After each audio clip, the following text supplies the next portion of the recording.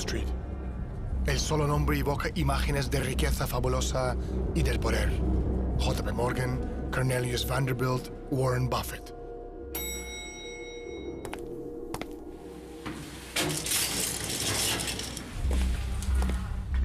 Gigantes, los hombres sabios que mostraron al mundo cómo amasar fortunas inmensas. Wall Street, según la leyenda popular, es el corazón y el alma de la economía estadounidense. ¿De verdad el corazón y el alma? Veremos.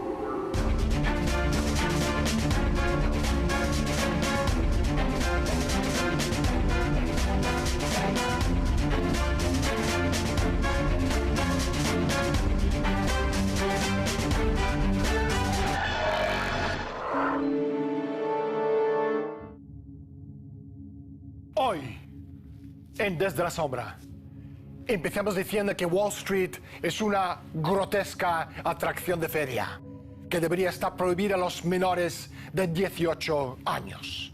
Es un parque de atracciones, un circo ambulante, un grupo de malabaristas, bailarinas de vientre, contadores de cuentos, cantantes y artistas de striptease. Pero ustedes, el público, han quedado totalmente hipnotizado por ellos. Existe toda una generación de personas que no saben nada de la economía que viene de Wall Street. Wall Street se ha convertido en el Evangelio, la suprema revelación. Es capaz de encumbrar o de poner presidentes, primeros ministros y ministros de economía. Ahora, imaginemos lo que ocurriría si el edificio entero de Wall Street y los mercados financieros resultaron ser una estafa, un truco sucio perpetrado por hombres viejos y malparidos. Hoy hablaremos con Paul Gallagher, economista y ex director ejecutivo de la Fundación de Energía de Fusión. Paul, bienvenido al programa. Daniel, gracias por la presentación. Me alegro de volver a participar en su programa. Gracias por invitarme. Pero primero, salgamos a la calle y preguntemos a la gente su opinión sobre Wall Street. ¿La bolsa americana? Pues por su economía, por sus economistas, por la economía que mueve, por todo esto, ¿no? Es la bolsa de Nueva York. ¿De dónde viene el poder y la riqueza de los oligarcas bancarios de Wall Street? Paul? El centro del poder financiero de Estados Unidos y Europa sigue siendo la City de Londres. Muchísimos bancos, instituciones financieras no bancarias y capitales internacionales que circulan a través de estas instituciones todavía se concentran en Londres. Y es lo que hace Obama desde la primera cumbre del G20 sobre la crisis económica, celebrada en abril del 2009 en Londres, seguir las órdenes del Consejo Privado del Reino Unido y del Gobierno del Reino Unido de salvar a esos bancos y evitar cualquier regulación estricta sobre ellos. Pero eso se remonta a 200 años atrás en la historia estadounidense, concretamente a la batalla entre las fuerzas asociadas con Alexander Hamilton, quien por primera vez le ha dado al mundo y a Estados Unidos lo que hoy conocemos como un banco de préstamo comercial, y de quien hemos heredado nuestra tradición bancaria de conceder créditos para el desarrollo de la productividad y la infraestructura de la economía. Por otra parte, está el agente británico Aaron Burr y los que lo apoyaban. Aaron Burr, por cierto, se hizo famoso matando a Alexander Hamilton en un duelo, pero antes y después de esto, representaba el creciente poder del grupo de banqueros anglo-holandeses. En los últimos 100 años, claro, el buque insignia de este poder había sido los bancos Morgan creados en Londres y que desde el principio fueron bancos británicos que operaban en Estados Unidos. Esos son los orígenes de este poder aún existente en Estados Unidos y hay que acabar con él. Las actividades financieras de Wall Street no tienen absolutamente nada que ver con el funcionamiento de una economía adecuada. Wall Street no es una entidad estadounidense, ni siquiera una institución capitalista. Los primeros bancos, tales como el Banco de Manhattan de Aaron Burr, el hombre que asesinó a Alexander Hamilton, criado en 1799, y el Banco de Alexander Brown, fundado en 1800. Y que más adelante se convirtió en Brown Brothers Harriman, cuyo director ejecutivo era Prescott Bush, el abuelo de George Bush, se modelaron sobre el sistema imperial británico de los bancos comerciales privados. Tras el Tratado de París de 1815, que puso fin a las guerras napoleónicas, la ciudad de Londres estableció un dominio global en los asuntos monetarios y financieros, la imposición del estándar de oro británico en 1821, el centro de la casa Rothschild y la creación del comercio de opio británico como el mayor negocio del mundo en su conjunto, estableció un dominio imperial británico financiero que duró más de un siglo hasta la Primera Guerra Mundial, con la única excepción siendo el periodo de la presidencia de Abraham Lincoln y el posterior periodo de la industrialización 73.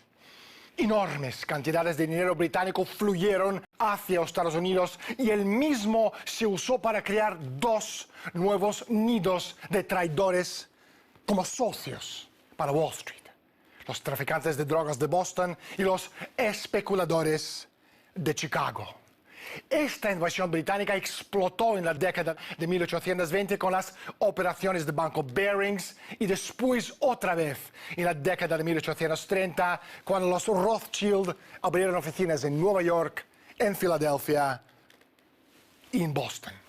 En la década de 1840 hubo un dominio total de los mercados financieros de Estados Unidos por las instituciones de Londres.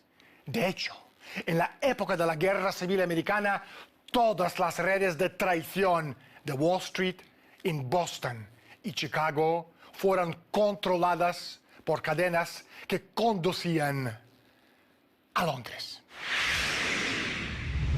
El presidente Franklin Delano Roosevelt parece haber derrotado a Wall Street con una política de recuperación después de la crisis de 1929-1931. Paul, ¿cómo se la llevó a cabo?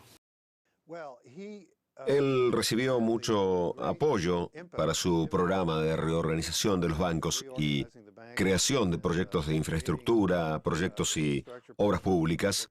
Fue un estímulo que llegó de las así llamadas audiencias de la Comisión Pecora. En términos simples, los bancarios se presentaron ante el Senado, concretamente ante el Comité Bancario del Senado de aquel periodo, y el ex fiscal llamado Pecora dirigió la investigación de sus prácticas bancarias. El país quedó asombrado al conocer a través de los periódicos los crímenes de los banqueros, de esos banqueros mafiosos. Roosevelt seguía las audiencias de Pecora desde bastidores, aunque seguía siendo un participante y patrocinador del proceso muy importante. Esas audiencias aumentaron el descontento nacional, lo que permitió a Roosevelt reorganizar los bancos de Wall Street, provocando rabia e intentos de contraataque por su parte. Como luego decía en sus discursos electorales, sobre todo en el de 1936, dirigiéndose al pueblo estadounidense: los bancos y Wall Street me odian y les agradezco su odio. Matt Taibbi en sus superventas Grito Pie decía lo siguiente: en una sociedad gobernada pasivamente por el libre mercado y las elecciones libres, la codicia organizada siempre derrota a la democracia desorganizada. Estamos en los Estados Unidos. New York City, los años 30. Uno de los principales objetivos de la investigación Pecora era JP Morgan, tanto el hombre como el banco. La pesquisa reveló que el Banco Morgan mantenía listas exclusivas de los hombres poderosos del mundo de las finanzas, la política, a los que ofrecía acciones por debajo del valor del mercado. Al enfrentarse a Morgan, Kuhn Loeb, Banco Chase, National City Bank y otros, Ferdinand Pecora hacía saber al imperio financiero con sede en Londres que en los Estados Unidos sus actividades estarían sujetas a las leyes de la nación. Los esfuerzos de Pecora hicieron posible la promulgación por Roosevelt de la ley de emergencia bancaria que cerró los bancos para una auditoría y se detuvo el comercio de oro, y después la ley de bancos de 1933, comúnmente conocida como ley Glass-Steagall, que fundó la Corporación Federal de Seguro de Depósitos y prohibió la mezcla de la banca comercial y la banca de inversión. Glass-Steagall ayudó a controlar a los banqueros y a mantener al sistema financiero a salvo de los especuladores hasta la década de 1980, cuando las restricciones de Glass-Steagall comenzaron a ser erosionadas por los presidentes de la Reserva Federal, Paul Volcker y Alan Greenspan. En 1999 la ley Glass-Steagall fue derogada y los resultados desastrosos de aquella decisión han llevado al mundo a la desintegración actual del sistema financiero transatlántico. ¿Cuál es la situación actual del intento de acabar con bancos demasiado grandes para quebrar? Paul?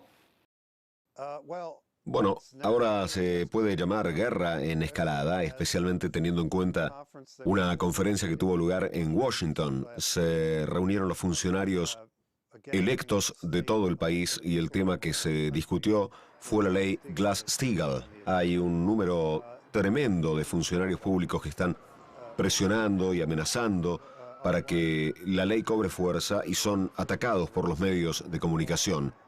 Al mismo tiempo se presentan argumentos a favor de Glass-Steagall en otros medios de comunicación y los bancos estadounidenses gastan grandes sumas para prevenirlo, exactamente como sucedía hace 15 años cuando la ley quedó derogada. Se dice que Wall Street gastó unos 350 millones de dólares intentando mantener la ley y presionar a los funcionarios elegidos para derogarla. 350 millones de dólares para comprar los votos que les permitan seguir robando a todos nosotros. Los banqueros de Wall Street, por lo menos al más alto nivel, entienden que el renacer de Glass-Steagall es una sentencia de muerte para los bancos depredadores gigantes. Cientos de miles de millones de dólares de la deuda en las cuentas de los principales bancos valen exactamente nada. Y una vez que se restablezca la ley Glass-Steagall y el apoyo federal sea retirado, bancos como JP Morgan Chase, Citibank, Bank of America se encontrarán en bancarrota. El secretario de Tesoro de Estados Unidos dijo en un discurso que el demasiado grandes para quebrar está terminado. ¿O no es así, Paul? Efectivamente, Jack Lew, el secretario del Tesoro, pronunció un discurso el 3 de diciembre en la institución llamada Consejo de Riesgo Sistémico, que encabezan los altos funcionarios Paul Volcker y Sheila Bair, la expresidenta de la Corporación Federal del Seguro de Depósitos. Lew sostuvo que las regulaciones llevadas a cabo por la administración Obama, como la ley Dodd-Frank y otras, han dejado a los demasiado grandes para caer en el pasado. Y como ha dicho Simon Johnson, el ex economista jefe del Fondo Monetario Internacional en su artículo, nadie le creía porque no estaba directamente empleado por ninguno de los 6 grandes bancos. Michael Lewis, el autor de Big Short, decía lo siguiente: la creación del mercado de bonos hipotecarios una década antes había extendido el poder de Wall Street al lugar que nunca antes tenido.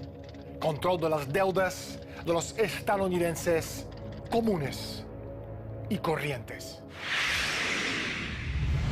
Lo más importante respecto de los ataques de austeridad sobre las poblaciones de Europa y Estados Unidos es el hecho de que los ataques se están haciendo en nombre de rescate interno de los bancos, la confiscación de depósitos, la confiscación del dinero de los alrededores, supuestamente evitando los rescates de los depositantes, mediante la expropiación de su dinero, convirtiéndolo en capital para mantener el sistema a flote.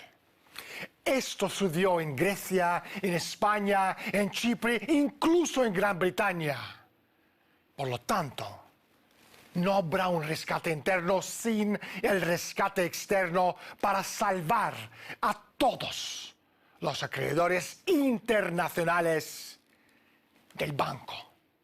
Los bancos demasiado grandes para quebrarse no han sido eliminados. Y hoy por hoy, estos mismos bancos son muchísimo más grandes que hace 5 años, cuando empezó la crisis. Ahora salgamos a la calle y preguntemos a la gente su opinión, si ellos creen que los 6 bancos demasiado grandes para caer quebrarán algún día. Yo pienso que son tan grandes que nunca sabremos la verdadera quiebra de estos bancos, dónde radica. Nah, yo creo que sí que es justo. Es necesario salvar a los bancos, porque si no se hunde la economía, ¿no? Sí, yo opino lo mismo. Respuesta. Pero más que justo necesario para salvar la economía. Claro. Demasiada gente no se da cuenta de que Wall Street, bajo las últimas administraciones presidenciales y sobre todo desde la derogación de la ley Glass-Steagall en 1999, es la capital del crimen financiero de los Estados Unidos. El dinero se utiliza para enriquecer a una oligarquía financiera a expensas de la calidad de vida, la fuerza del trabajo y el potencial productivo de la economía real de los Estados Unidos, del que depende la vida y el progreso humano. Los métodos van desde el fraude hasta el robo descarado. Tomemos el caso de JP Morgan Chase, que ahora está siendo investigado por irregularidades en al menos 10 mega estafas. Hasta ahora, la mayoría de los casos son demandas civiles y JP Morgan se ha librado con multas de cientos de millones de dólares, algo que ellos simplemente consideran como el costo de hacer negocios. Por ejemplo, JP Morgan pagó una multa de 500 millones de dólares.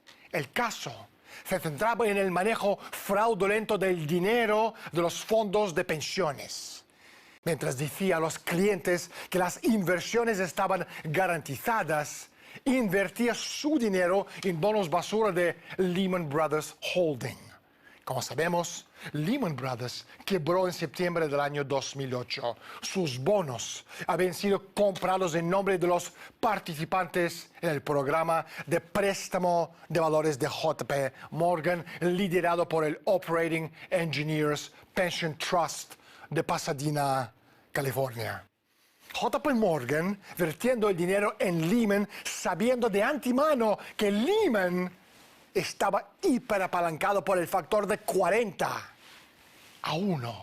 en la negociación de valores, habría sido impedido por la ley Glass-Steagall, que no permitía a los bancos comerciales, tales como JP Morgan, entrar en operaciones especulativas. Ahora, más de 20.000 personas perdieron gran parte de sus ahorros. Me pregunto si los bancos transatlánticos están cerca de otro colapso financiero, tal y como sucedió en el periodo 2007 y 2008. Paul, ¿tú qué opinas? Sí, el hecho de que no otorgan préstamos, de que durante 5 años estaban llenos del dinero impreso por la Reserva Federal, que ahora constituye más de 3 billones de dólares y que acabó en esos bancos mediante la compra de sus valores de baja calificación. Y eso ocurre tanto en Europa como en los Estados Unidos. Ocurre un flujo tremendo de dinero en efectivo de la Reserva Federal y como resultado, sus depósitos en el sistema bancario estadounidense han aumentado en más de 2 billones de dólares en el sistema bancario de los Estados Unidos. Sin embargo, los préstamos han bajado a 1 billón. Y todo eso indica que el considerable aumento de activos es una especulación.